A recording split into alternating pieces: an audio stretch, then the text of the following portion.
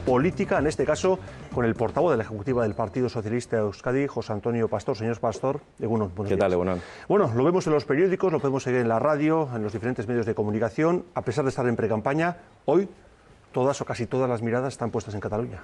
Sí, bueno, parece lógico, ¿no? Hoy se celebra el pleno en el que parece que CiU va a plantear algún tipo de propuesta, no sabemos en qué términos, pero planteando la posibilidad de una consulta o de un referéndum, y es evidente que eso polariza la vida política del país y que, en cierto modo, también influye, ¿no?, en la vida política vasca. Efectivamente, parece que CiU va a proponer esa consulta a la ciudadanía, más allá de ver si se adelantan o no las elecciones. ¿Cuál cree que va a ser la postura del Partido Socialista de Cataluña? Quizá a estas alturas es una de las incógnitas. Bueno, creo que avanzó algo ayer. El secretario general de los socialistas catalanes, Pere Navarro, dijo que si había una mayoría suficiente en el Parlamento catalán para convocar una consulta, se supone que en términos razonables y democráticos ellos estarían dispuestos a estudiar la posibilidad de apoyarlo, ¿no? De todas formas, creo que la postura del Partido Socialista de Cataluña, que se ha caracterizado siempre por un catalanismo muy acendrado en la sociedad catalana, que tiene poco que ver con el independentismo, creo que también va a resultar decisiva, ¿no?, en el devenir de la política catalana. ¿Qué le viene a la cabeza cuando oye eso de que el Partido Socialista de Cataluña es más catalanista que el PS vasquista? Bueno, son dos tradiciones políticas distintas dentro del socialismo, ¿no? Tiene poco que ver la historia, la tradición y la conformación del PSC en Cataluña con la del socialismo vasco, ¿no? El socialismo vasco fue, entre otras cosas, la cuna del socialismo español, del Partido Socialista Obrero Español. Y nosotros somos un partido enraizado en este país con más antigüedad que nadie, somos el partido más antiguo de Euskadi, pero somos PSOE, evidentemente, ¿no? Y la conformación del PSC discurrió por otros caminos distintos, pero son visiones de adaptarse a una realidad que también es distinta en el caso de Euskadi y de Cataluña, y desde luego con una relación magnífica, ¿no?, entre los socialistas catalanes y los socialistas vascos. Ante esa posibilidad de que Cataluña pueda dar pasos hacia la independencia o abogar por un derecho de impulsar, por ejemplo, un referéndum por la autodeterminación, el señor Rubalcaba acaba de apostar públicamente por un Estado federal. ¿Le gusta la fórmula? Me gusta bastante, ¿no? De hecho, la Constitución española consagra un Estado autonómico con una enorme descentralización administrativa que, sin llamarse como tal, se parece mucho a un Estado federal. Lo que plantea Alfredo Pérez Rubalcaba es una cosa de sentido común, ¿no? Es darle carta de naturaleza a algo que ya apuntaba, sin decirlo, la propia Constitución, ¿no? Creo que sería una forma magnífica. Creo que habla además de un Estado federal asimétrico, que permita reconocer singularidades que existen y no se pueden negar en distintas comunidades como Cataluña, Euskadi o Galicia, ¿no? Creo que sería una forma de encaje, de que todos nos sintamos cómodos en este país, en este Estado que se llama España, en el que conviven diversos sentimientos de identidad y de pertenencia que hay que hacer convivir de forma amable y compartida, ¿no? ¿Cree, por tanto, que estamos en el tramo final del famoso café para todos? Nunca fue café para todos, ¿eh? Esa es la tesis que mantienen los nacionalistas permanentemente para desacreditar la estructura del Estado, pero si fuera café para todos no existe. Hay comunidades autónomas, perdone, que tuvieron que inventarse la bandera para erigirse como comunidades autónomas. Sí, pero dése usted cuenta que no todas las comunidades autónomas tienen el mismo régimen competencial. Tiene algo que ver el Estatuto de Autonomía de Gernika con el resto de estatutos de las comunidades autónomas, no tiene nada que ver. Por lo tanto, hay una singularidad. Cataluña tiene también un régimen autonómico tremendamente avanzado, como lo tiene Galicia. Por lo tanto, eso del café para todos será café cortado con leche y solo, según los casos, ¿no? Pero no es café igual para todos tampoco ahora. Lo que sí parece evidente es que lo que ocurre en Cataluña sí está teniendo reflejo en los mensajes de precampaña aquí en Euskadi. Sí, bueno, es lógico, ¿no? Allí existe un partido nacionalista muy fuerte, que es Convergencia y Unió. Aquí existen dos partidos nacionalistas que compiten por la hegemonía de ese campo, el PNV y EH Bildu, que lógicamente intentan apuntarse al carro, ¿no?, de la imagen de Cataluña y tratar de meterlo dentro de la campaña electoral. Más EH Bildu probablemente que el PNV, que creo que está un poco asustado, ¿no?, por la situación que se vive en Cataluña, y ha tratado de poner un poquito pie en pared, en fin, como que le ha pillado un poquito a contrapié, está descolocado, no sabe exactamente cómo responder.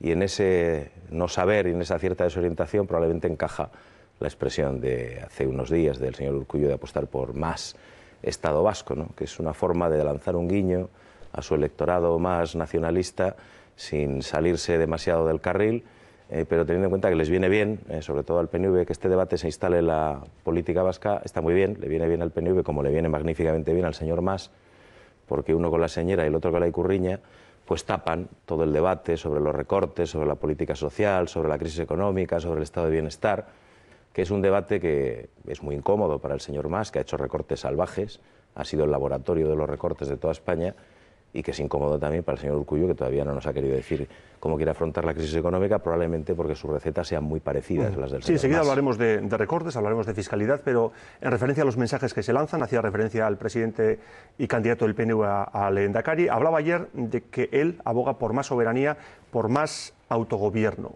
¿Le gustaría a usted poseer más autogobierno? Sí, claro, si es que dichas así las cosas en genérico, pues todo el mundo podemos coincidir, claro, que nosotros queremos también más y mejor autogobierno. Acaba de titular, por fin han coincidido en algo los líderes políticos en pre-campaña. Eso no es nada raro en la política vasca, aunque parezca que está crispada muchas veces, seguramente es la comunidad autónoma donde más pactos y más acuerdos políticos se han hecho a lo largo de la transición democrática, probablemente porque la situación de compartimentación de la vida política y tal lo obligaba, ¿no? Pero claro que queremos más autogobierno y mejor autogobierno. Después, si entramos en detalles, igual no hablamos del mismo autogobierno, ¿no? Porque nosotros decimos que queremos más autogobierno para Euskadi respecto al resto de España, probablemente, pero también hacia adentro. En la estructura interna del país también queremos más autogobierno y en ese campo el PNV no quiere ni oír hablar. Mirando la precampaña directamente, vemos cómo EH Bildu asegura que el PNV pactará con el PP o con el Partido Socialista. El PS dice que es posible que se acerquen a EH Bildu o incluso con el Partido Popular. El Partido Popular dice de los otros partidos no sé qué. Aquí todos dicen lo que creen que va a hacer el contrincante político, claro, pero nadie adelanta que estaría dispuesto a pactar o dejar de pactar después de las elecciones. Usted dice, claro, pero hay muchos ciudadanos que querrían saber si a ese partido al que va a votar más adelante tendría o no tendría interés en pactar con uno o con otro, porque igual hasta le dejaba de votar. Pues puede ser. Hombre, en principio el criterio electoral, el sentido común de toda estrategia electoral establece que los pactos se hacen después de conocer los resultados de las elecciones. Sí, pero perdón, ¿no sería más claro que algún partido dijera, mira, con este y con este seguro que no, con estos ya veremos? No, nosotros ya hemos dicho con quién no queremos pactar. Lo hemos dejado muy claro, lo ha dicho el Partido Socialista por boca del Lehendakari y de otros dirigentes. No vamos a pactar con EH Bildu. Sí, pero ustedes les reprochan que en las últimas elecciones autonómicas es cierto que no llegaron a un pacto con el PP de gobierno, pero sí hubo un acercamiento que de alguna manera vinieron negando durante la campaña anterior. Sí, pero fíjese, quien nos acusa de eso, que es el PNV, ustedes dijeron que iban a pactar con el PP y ahora pueden ustedes pactar con Bildu, son precisamente quienes han permitido que Bildu gobierne en Guipúzcoa. Quienes permitieron, con el único objetivo de echar a Odón Elorza como alcalde de San Sebastián, porque era el único que les movió, que Bildu gobernase el Ayuntamiento de Donosti y la Diputación de Guipúzcoa, fue el PNV. Fue el señor Eguíbar y el PNV el que propició que Bildu llegase a las instituciones. Y ahora, con toda la hipocresía del mundo, nos acusan los socialistas de que nosotros somos los que queremos llegar a acuerdo con Bildu, pero si son ustedes los que le han dejado gobernar en Guipúzcoa, si son ustedes los que pactaron con ellos en Lasarte para arrebatar la alcaldía al Partido Socialista, si son ustedes los que pactaron con ellos para arrebatarnos la del Valle de Trápaga, donde habíamos ganado las elecciones en ambos casos, ¿no? Y ahora se lleva las manos a la cabeza de que el señor Garitano no gobierna, de que el señor Garitano tiene inacción de gobierno, del puerta a puerta. Bueno, pues ustedes son los primeros responsables de lo que pasa, ¿no? Hablando de promesas electorales, no se puede acusar al sí, contrario de hacer lo que ha hecho uno mismo, ¿no? Que es el caso del Partido Nacionalista Vasco. Sería bueno que los partidos políticos, reitero la pregunta, si dicen con este no voy a pactar, luego sea imposible, digamos, que puedan pactar después de las elecciones, que cumplan lo acordado. ¿Usted se refiere a una especie de normativa legal que obligue? Bueno, o moral. O moral, no, moral existe y política también, ¿no? Yo creo que es verdad que a los partidos se nos debe exigir un mínimo de lealtad con los compromisos que asumimos con la ciudadanía, ¿no? Eso es razonable y es bueno, ¿no? Y probablemente ese incumplimiento que se ha dado en algunos casos o esa falta de compromiso de los acuerdos que el programa electoral se volcaban es lo que provoca en parte también una cierta desafección ciudadana hacia la política, ¿no? Espontánea por una parte y teledirigida por otro, porque yo estoy convencido de que los mismos que nos han metido en esta situación horrenda de crisis económica mundial, que son los grandes poderes financieros y especulativos, que no han sido la política en todo caso por dejación, por dejarles hacer, son los que están promoviendo también una crítica salvaje hacia la política en general, como si no fuera la política la única que puede modificar las cosas, ¿no? Que puede cambiar la sociedad, que puede cambiar los modos de vida, que debiera hacer algo ya para evitar que los mercados sean los que manden en las distintas naciones, ¿no? La pugna electoral será por una parte nacionalistas contra nacionalistas y en la otra constitucionalistas contra constitucionalistas, dicho de otra manera, y aunque sé que es un término que no gusta demasiado, ¿el nicho de votos de cada partido está bien definido? Yo creo que básicamente sí, yo creo que hay una especie de compartimentos estancos, por decir de alguna forma. un núcleo de votos muy potente en cada partido, en el mundo de la antigua Batasuna, en el nacionalismo moderado, en el Partido Socialista y en el Partido Popular, pero no son totalmente estancos. No son totalmente estancos, se mueve mucho, además no hay más que ver los cambios que hay entre elecciones generales, elecciones municipales, elecciones autonómicas para ver que hay cambios, que hay canales de comunicación entre votantes de uno y otro partido que se van moviendo según las circunstancias.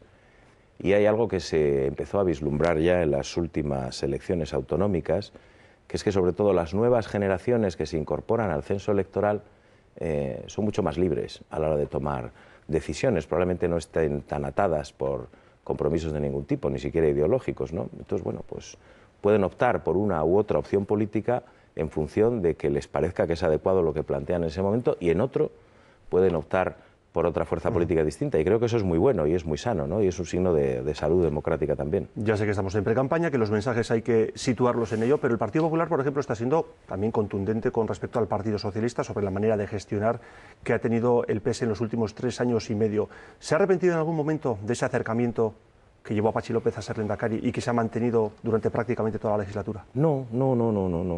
Yo creo que en aquel momento hicimos lo que era posible hacer y además funcionó bien. Hicimos un acuerdo basado en un documento que se presentó públicamente por escrito, no fue un pacto secreto, ni vergonzante, ni mucho menos, aquello que se llama Bases Democráticas para el Cambio, que recogía una serie de principios que es verdad que eran principios básicos, democráticos, no nos inventamos nada. Y claro, pero lo tuvimos que hacer así porque esos principios básicos democráticos, entre otros el respeto a la ley, a las instituciones, a la legalidad, a los derechos de todos, a la paz, a la convivencia, son muy evidentes, pero aquí no se cumplían. Y eso es lo que hizo posible aquel acuerdo, que ha funcionado razonablemente bien. Es verdad que la ruptura se produjo de forma pues un tanto abrupta y con malos modos por parte del señor Basagoiti, que ahora ha tratado rápidamente de poner tierra de por medio, pero creo que el balance global de la legislatura y especialmente del Gobierno es altamente satisfactorio. Probablemente, como pasa siempre en estas cosas, las valoraciones sensatas y reposadas se van haciendo a medida que va pasando el tiempo, ¿no? Y desde luego, no va a ser un gobierno anecdótico, ni muchísimo menos. Hablando del gobierno, tenemos un gobierno vasco que funciona con el piloto automático activado, por eso de estar en precampaña y a poco de unas elecciones. No, en absoluto. Es decir, los consejeros están trabajando full time, como lo venían haciendo antes de la convocatoria de las elecciones y como lo tendrán que seguir haciendo hasta que se constituya el nuevo gobierno, ¿no? Aunque después de las elecciones estén en eso que se llama en funciones, pero eso no quiere decir que estén parados, ni muchísimo menos, ¿no? Y de hecho se han seguido aprobando martes tras martes en el Consejo de Gobierno propuestas muy interesantes, ¿no? Y proyectos muy importantes, como el que, por ejemplo, anunció ayer el Lehendakari, ¿no? Respecto al tema de los desahucios, ¿no?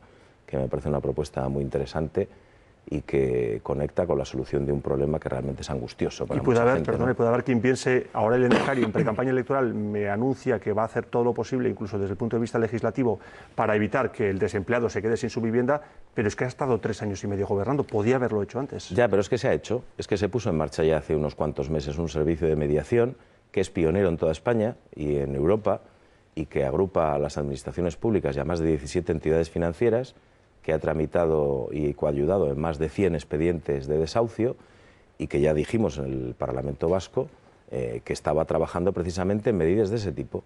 Y aprovechando una propuesta que me pareció interesantísima de un magistrado, el Gobierno vasco recoge esa propuesta, lo traslada a las entidades financieras que colaboran en el servicio de mediación y vamos a poner en marcha una actuación, ya la está haciendo el Gobierno vasco, que es pionera, ¿no? Desde este punto de vista en todo el Estado y que esperamos que profundice de aquí en adelante, ¿no? En nuevas medidas. Y con la fiscalidad hemos topado. Y con la fiscalidad hemos topado. Bueno, venimos topando hace mucho tiempo, ¿no? Sí, pero estamos escuchando en boca de todos los candidatos a Lehendakari y de todos los líderes políticos la necesidad de hincarle el diente a ese hueso. Porque en el 2009 firmamos un acuerdo sobre política fiscal con el Partido Nacionalista Vasco y Eusko Alkartasuna, que básicamente consistía en no rebajar los impuestos cuando se estaba empezando a hablar de eso y en mantener la fiscalidad que estaba entonces, y con un compromiso de abordar la reforma de la fiscalidad en Euskadi, compromiso al que nunca quiso hincarle el diente a partir de ese momento el Partido Nacionalista Vasco, ¿no? Después de esa firma, el Lehendakari planteó un texto por escrito que se entregó formalmente a los 3 diputados generales, nada más ser reelegidos, en la que se planteaba una propuesta de reforma de política fiscal que el señor Bilbao hizo así y tiró a la papelera directamente sin echarla siquiera un vistazo, ¿no?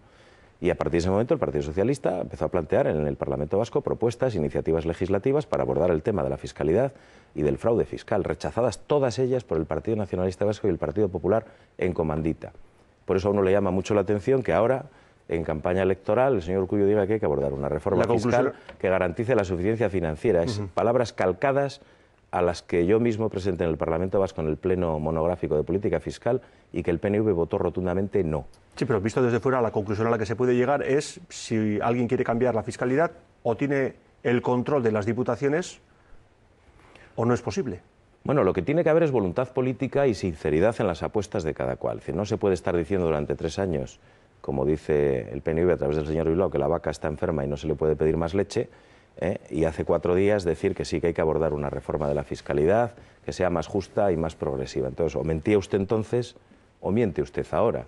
Las diputaciones tienen la capacidad de la normativa fiscal, hay que llegar a acuerdo con ellas, pero hay que tener la voluntad de no jugar al entorpecimiento intencionado, deliberado y permanente, ¿no? Y después hay otra propuesta que me parece que es muy importante, que la puso el Lehendakari encima de la mesa en la conferencia política de este fin de semana, que quizás nos tengamos que plantear, que parece lo más razonable, que el Parlamento de todos, el Parlamento Vasco, sea el que decida también los impuestos de todos. Es decir, que la normativa fiscal pase a depender del Gobierno vasco y que las diputaciones sigan haciendo la recaudación de tributos. De esta forma nos hubiéramos evitado muchos problemas. Por ejemplo, no hubiéramos tenido que tramitar una proposición, una iniciativa legislativa en el Congreso de los Diputados para modificar la Ley Orgánica del Poder Judicial, la del Tribunal Constitucional, para que las normas forales, que no son leyes, tengan rango de ley en esos casos. ¿No hubiera sido más lógico, más rápido y más eficaz que el acuerdo de las diputaciones lo hubieran trasladado al Parlamento, se hubiera aprobado allí y ya estaba? Se hubiera conseguido el mismo objetivo. ¿Eso por qué? Es porque hay todavía un atavismo histórico, una especie de rémora que les impide a los nacionalistas abordar con la mente abierta que también hay que hablar de la reforma. Nacionalistas, el Partido Popular, recuerdo que tampoco estaba a favor de llevarlo es muy al foralista Parlamento porque es muy del viejo régimen para casi todo el Partido Popular, ¿no? Y el Partido entonces no es una cuestión de Nacionalista Vasco, ya, pero a quien se le abren las carnes cuando se le habla de reformar la ley de territorios históricos, y yo entiendo que se le abran, es al Partido Nacionalista Vasco porque provocó la escisión en su día del Partido Nacionalista Vasco y la creación de Euskal Alkartasuna, ¿no? Pero es que ese es un gran debate pendiente que no se ha abordado por la resistencia del Partido Nacionalista Vasco y también del Partido Popular a abordarlo, pero que es inevitable que se aborde y que desde luego nosotros lo vamos a poner desde el minuto 1 en la agenda política de la nueva legislatura. ¿Hay motivos para una huelga general? Yo creo que hay motivos para la protesta y que hay motivos para el desencanto e incluso para el cabreo, ¿no? Ahora, dicho esto y respetando absolutamente la decisión de los sindicatos, creo que esto tiene también mucho componente político detrás, como por desgracia lo tiene casi siempre que ELA y LAB plantean una movilización y hacen todo lo posible para no tener ni poder ni coincidir en ningún caso con UGT y comisiones obreras. Ellos aseguran que son los sindicatos, comisiones obreras y UGT los que no se han sumado. No, pero saben que no es cierto. Comisiones obreras y UGT han hecho repetidos llamamientos a que se acuerden las fechas de la convocatoria y se hagan de forma conjunta porque es mucho más efectivo. Y no se quiere porque se le quiere dar un matiz político diferencial que tiene poco que ver con la actividad sindical. Bueno, en cualquier caso, mañana tenemos la convocatoria de ese día y desde luego yo respeto absolutamente la decisión de los trabajadores, ¿no? Y el derecho a la huelga que les asiste y espero que transcurra con la mayor normalidad posible y sin incidentes. Bueno, hilándolo con lo anterior, con ese cambio de normativa fiscal, ustedes se anunciaron recientemente la posibilidad de implementar o de poner en marcha un impuesto de grandes fortunas, algo de lo que ya se ha hablado en la Diputación de Guipúzcoa. Ayer la patronal, el señor Lujo en concreto, en esta misma mesa, dijo que esa fórmula, la de las grandes fortunas, no le terminaba de convencer. Claro, ¿cómo le va a convencer si les toca pagar a los que más tienen? Ya sé que no les va a convencer. Además, en junio ya nos sorprendieron Confebask con una propuesta de fiscalidad inversa que planteaba subir los impuestos a los trabajadores, bajárselos a las empresas, privatizar servicios públicos, expropiar terrenos de dominio público o patrimonio, en fin. Ya me imagino que no le gusta. Aquello que, por cierto, el señor Urkullu dijo que sí, le parecía perfecto lo que decía Confebask, ¿no? Pero, en fin, parece lógico. Lo que no es lógico es que un trabajador sujeto a nómina pague un 40% más de impuestos que un profesional o que un empresario. No parece razonable, ¿no? Me parece que las cargas de aportación a la sociedad tienen que ser equitativas y redistributivas. Es decir, ese viejo axioma que a algunos, como al señor Urkullu, les parece demagógico y a nosotros no, de que quien más tiene, más pague, parece que es absolutamente razonable. La gente que está sujeta a una nómina paga, no tiene otra forma de evadirlo y paga los impuestos que le corresponden, ¿no? Claro, profesionales, autónomos y empresarios tienen una fiscalidad pues que no es del todo lo progresiva que se necesitaría, ¿no? Y luego también hay mucha gente que no paga, que evade los impuestos, incluso legalmente, ¿no? Con procedimientos de elusión de la fiscalidad, procedimientos contables más o menos alambicados que no están desde luego al alcance de cualquiera, pero sí de unos pocos, ¿no? Por lo tanto, aquí hay que conseguir, primero, que paguen todos, que hay muchos que no pagan, y segundo, que se pague de forma adecuada a los rendimientos de cada cual. Y además, fíjese que el Lehendakari lo plantea como una medida transitoria durante 3 o 4 años en los momentos álgidos de la crisis para que todos aportemos, en función de nuestras capacidades, nuestro esfuerzo de solidaridad con el país. Visto lo visto, ¿se quedaron cortos con la reforma fiscal en Guipúzcoa, con el acuerdo PS? Probablemente sí, probablemente sí. Fue un avance importante respecto a lo que era el mapa fiscal en las otras 2 diputaciones, fue un avance, pero es verdad que probablemente hay que repensarlo, ¿no? Y el impuesto de patrimonio pues está posiblemente planteado de forma errónea y hay que transformarlo en un impuesto sobre grandes fortunas, que planteó el otro día la Diputación de Guipúzcoa y plantea también el Lehendakari. ¿Cree que lo van a apoyar? ¿Quién a quién? Por la Diputación de Guipúzcoa. Sí, desde luego ya hemos manifestado nuestra disposición a hablar con el equipo de gobierno de la Diputación de ese tema, como lo hicimos con el tema de la política fiscal. Bueno, pues es un asunto fiscal con el que vamos a dar por finiquitada la entrevista. José Antonio Pastor, portavoz de la Ejecutiva del Partido Socialista, gracias una vez más por acudir a Euskal Telebista y ánimo al resto de los políticos en esta larga pre-campaña y campaña electoral. Gracias a ustedes, Agur.